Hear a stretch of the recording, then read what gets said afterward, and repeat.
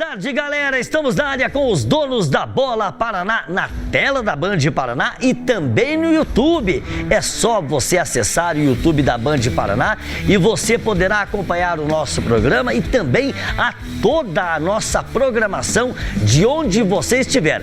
Acesse também nossas páginas, Instagram, Facebook e interaja conosco. Afinal de contas, este programa é de todos vocês, ok?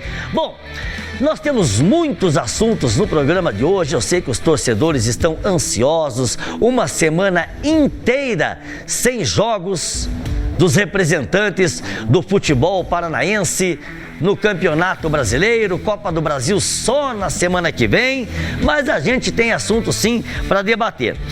E a gente vai começar falando do FC Cascavel, um dos nossos representantes dentro da Série D, ao lado do Cianorte e do Azures, que parece estar ensaiando uma recuperação dentro da competição. E nós vamos ouvir o experiente atacante Michel, que deixou a sua marca, inclusive, no último jogo, a vitória por 2-0 sobre a Inter de Limeira. A competição, ela exige isso, né? A competição, a Série D, como o professor falou, é um campeonato muito difícil que muitas vezes tu vai ter que ganhar na imposição, na raça, na vontade. E é isso. A gente precisava dar uma resposta, precisava dar uma mudança de postura, com certeza. Torcedor, a gente conta com vocês. Eu costumo dizer que o torcedor, ele é o 12º jogador e a gente precisa muito, a gente precisa lotar o estádio. A gente sabe que muitas das vezes a torcida, ela não vem por respostas nossas, mas eu tô aqui dando a cara a tapa, dizendo que a equipe, ela vai evoluir, ela vai crescer, a gente vai trazer mais vitórias, contando com o apoio de vocês dentro de casa. Clamando pela presença da torcida, pelos torcedores do FC Cascavel, que ficaram com a pulga atrás da orelha, porque afinal de contas foi péssimo o início de Série D da Serpente. Tanto que a primeira vitória na competição veio apenas no final de semana passado, no jogo contra a Inter de Limeira. Agora, papai, vai ter que buscar praticamente um aproveitamento de campeão, como nós costumamos dizer, para conseguir avançar à próxima etapa da competição. Vamos ver, eu acho que o torcedor do FC Cascavel vai atender ao apelo dos jogadores, da comissão técnica, vai fazer a sua parte. Vamos ver se o time também fará a sua dentro de campo, tá certo? Bom, agora nós vamos falar de Série C, falar do Londrina, e o goleiro Luiz Daniel conta que passou por algumas dificuldades e soube superá-las até chegar ao Londrina e assumir a meta do Tubarão. Cara, nosso sistema defensivo vem muito bem dentro da competição, né? Mas passa também pelos nossos atacantes que se doam também para voltar para marcar, né? E acaba nos ajudando também essa entrega de todo mundo dentro do jogo e continuar dessa forma para a gente ser uma das melhores defesas do campeonato. Cara, o campeonato é um campeonato difícil, né? Eu tive uma experiência no passado não muito agradável, mas no final fui feliz em livrar o Floresta do rebaixamento. Esse ano o foco é chegar é classificar e ir para os mata-mata e subir o Londrina, né? Uma competição difícil, nós sabemos, né? Tem grandes equipes dentro da competição, mas nós estamos entre essas grandes equipes e vamos brigar para subir. Pois é, como soprou aqui no ponto para mim o Iago Borges Recanelo, ainda bem que não derrubaram a Floresta, né? Mas brincadeiras à parte, o Londrina ainda líder, ainda invicto dentro da Série C, precisa fazer alguns ajustes, principalmente no seu sistema defensivo. Os últimos jogos complicados, 3 empates seguidos e o último, como eu disse aqui, escapou da derrota. Ao contrário do discurso do Claudinei Oliveira, escapou da derrota em casa no VGD lotado para o Tombense. Então, o técnico Claudinei também precisa rever algumas situações. O Londrina mostrou uma certa solidez no Campeonato Paranaense, trouxe jogadores importantes para reforçar o elenco visando a Série C e tem sim condições de fazer um bom papel. Por isso que eu tenho dito aqui que eu aposto e acredito muito nos acessos de Londrina e Maringá na competição. E por falar em Maringá, por falar no Dogão, nós vamos ouvir um jogador que está pedindo passagem no time comandado pelo técnico Jorge Castilho.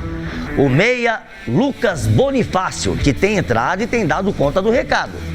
Tenho certeza que o Castilho vai fazer o que for melhor pro time, mas com certeza eu estou preparado. Eu venho treinando muito para essa oportunidade, para conseguir ter uma boa sequência.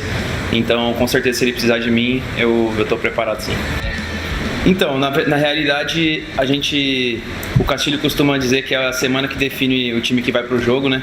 Então, ainda não tem nada definido. Eu sei que essa semana é uma semana de trabalho muito importante. Em relação à oportunidade, é aquilo. Eu tô preparado, volto a dizer. E é uma coisa que eu venho buscando muito. Venho trabalhando forte todos os dias para isso. Até que nas últimas oportunidades que eu acabei entrando, eu tenho certeza que as coisas aconteceram porque eu vim de um trabalho forte nas últimas semanas. Então pode ter certeza que se vier para mim, eu tô à disposição e o Castilho vai fazer o que for melhor. Aí, portanto, o Lucas Bonifácio, e é impressionante, né, como a diretoria do Maringá contrata bem. Essa é que é a verdade. Tudo bem, o Maringá perdeu a invencibilidade no jogo contra o CSA na última rodada, teve problemas com a arbitragem, teve jogador a menos, né?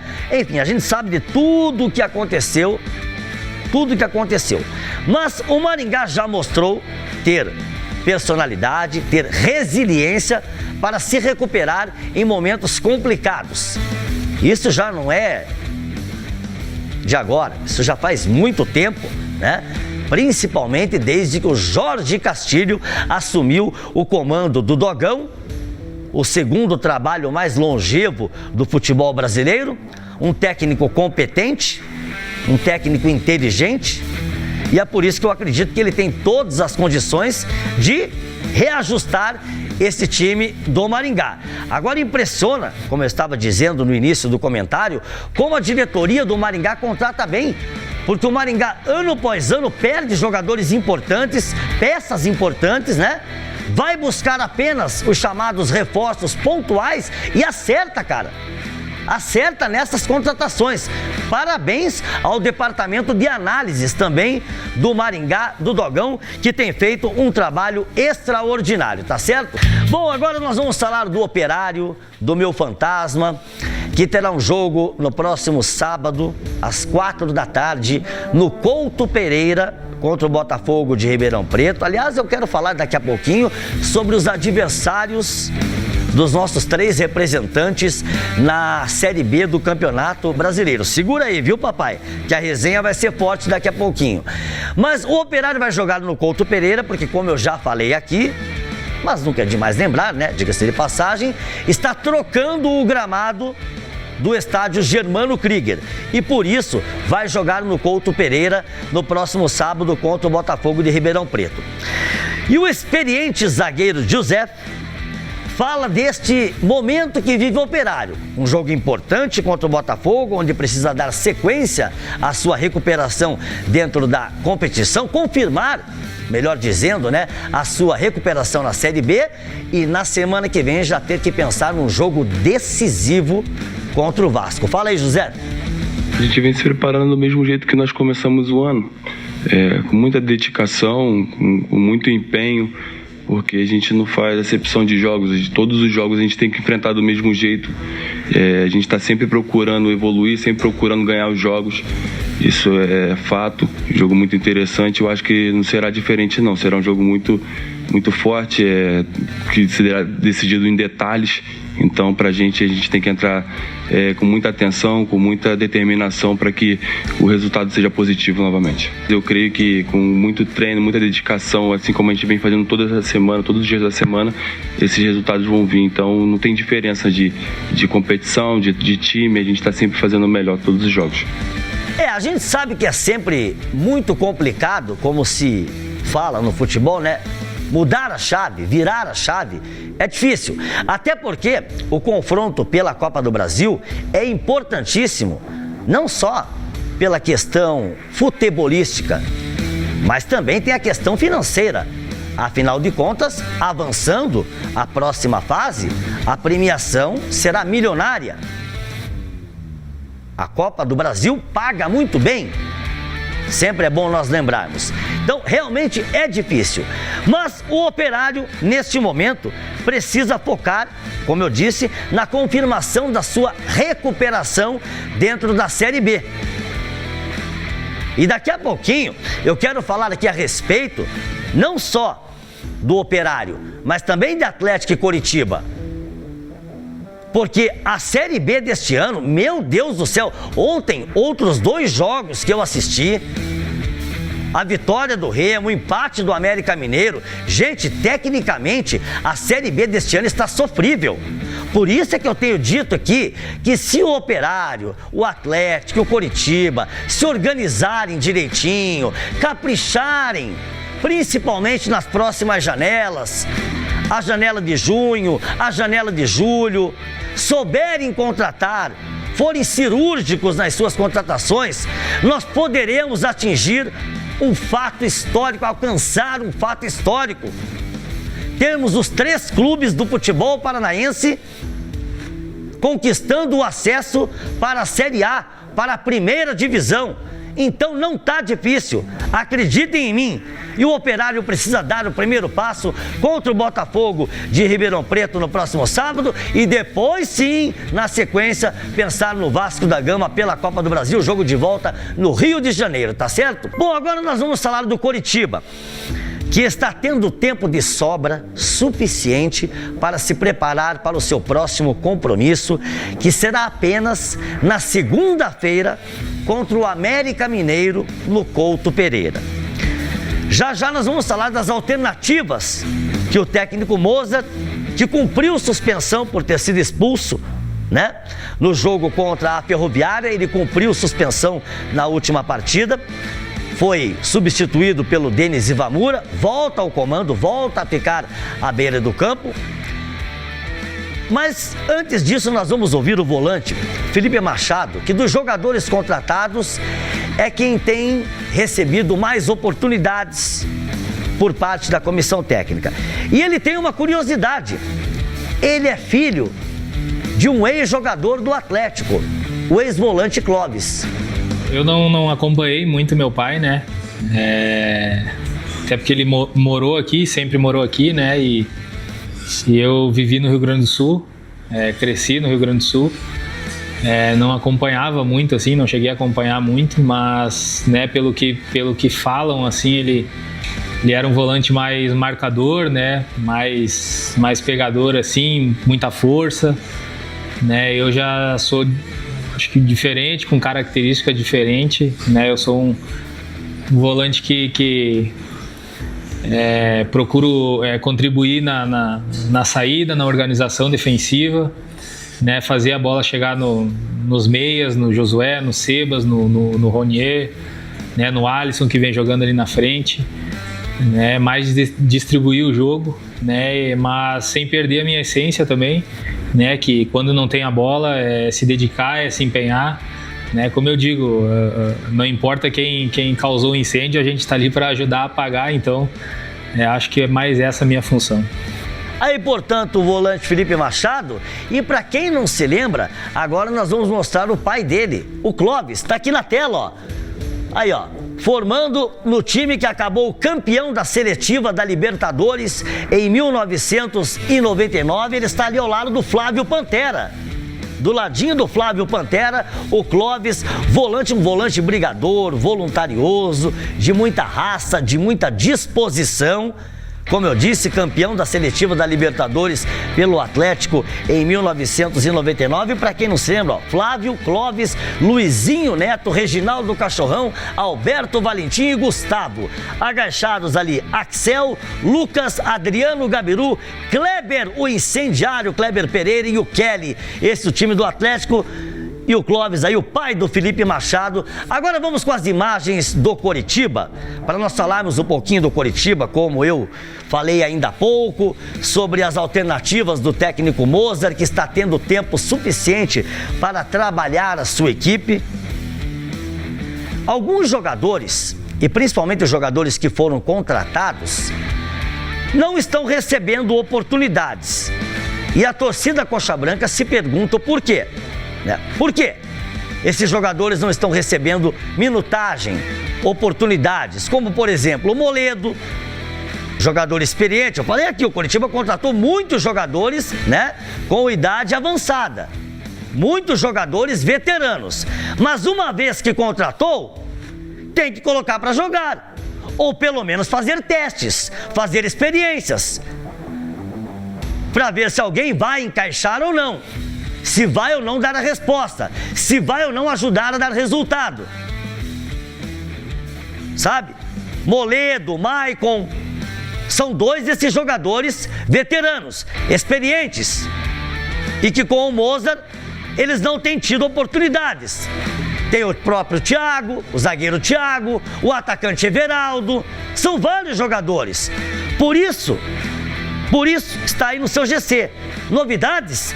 Será que nós teremos novidades no time do Coritiba para o confronto contra o América Mineiro? Com a resposta, o técnico Mozart, tá certo? Nós vamos falar dos adversários dos nossos representantes na Série B na próxima rodada. Nós estamos acompanhando aí o Botafogo de Ribeirão Preto, que humilhou o Atlético na Liga Arena com um sonoro e vexatório 4-1. Na última rodada, o Botafogo de Ribeirão Preto recebeu em casa o Atlético de Minas e tomou 3-0. Tomou 3-0. Isso mostra que a gente não exagera aqui quando a gente fala que a fragilidade técnica da maioria dos clubes da Série B é assustadora. E o Botafogo é o próximo adversário do Operário. Ou seja, cá entre nós, o Operário tem a obrigação de fazer o serviço, de vencer o jogo, por favor. Aí nós estamos acompanhando também imagens do Vila Nova, que ontem perdeu para o Remo. Eu acompanhei o jogo, meu Deus, foi de chorar, sofrível tecnicamente. Esse time do Vila Nova já havia deixado uma péssima impressão no jogo contra o Coritiba, né? E a gente sabe que é limitadinho da Silva. O Atlético, mesmo com os seus problemas, para mim também tem a obrigação de voltar de Goiânia com a vitória. E por fim, o América Mineiro, que empatou em casa o jogo contra o Paysandu, estava perdendo por 2-0 e teve que suar muito, correr muito para conseguir o empate e empatou o jogo ainda, cara, na reta final. Então eu entendo que o Coritiba também tem a obrigação de vencer o América Mineiro.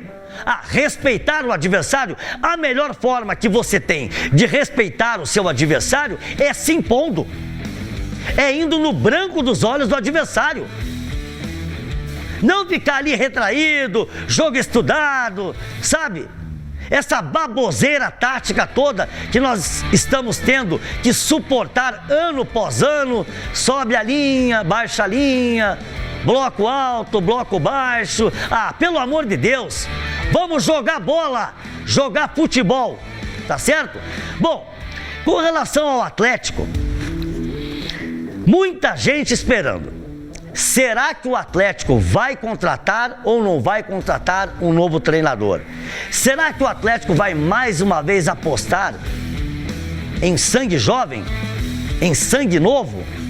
Bom, acompanhe este clipe agora. Eu quero ver time de guerra. Série B é guerra. O treino é guerra. Joga, calma.